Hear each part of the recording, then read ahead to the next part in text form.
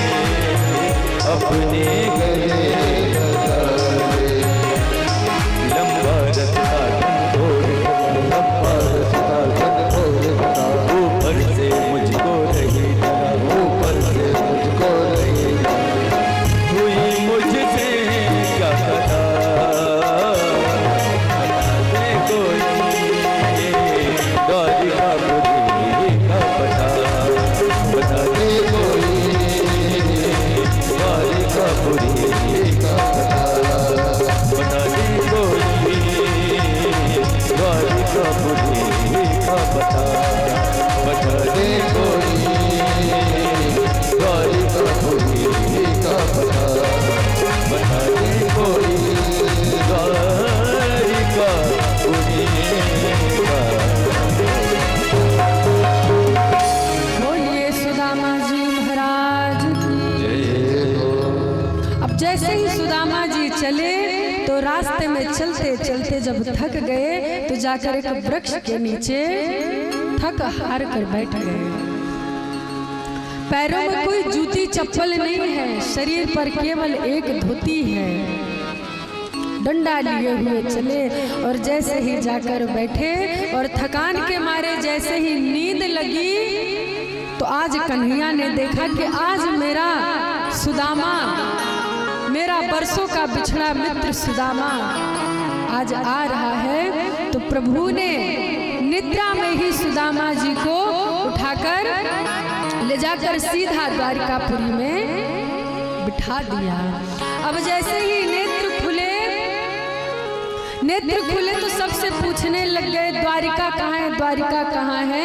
तो द्वारिका में हर बात पे 6 लगाते हैं, तो वो लोग कहेंगे द्वारिका 6, द्वारिका 6। अब सुदामा जी घबराए कि 6 द्वारिका में कहाँ ढूंढूंगा। कहा मुझे 6 द्वारिका नहीं, मुझे तो केवल एक द्वारिका का पता बता दो जहाँ का राजा मेरा कन्हैया कृष्ण है, जहाँ का मेरा मित्र कृष्ण राजा है, मुझे केवल उसका पता बता दो। तो कहा ये जितने महल दिखाई पड़ रहे हैं ये सब श्री कृष्ण के ही हैं, ये सब श्री कृष्ण के ही हैं। और जैसे ही सुदामा जी पहुंचे द्वार पर, द्वारपालों से जाकर पूछते हैं, द्वारपालों से जाकर पूछते हैं और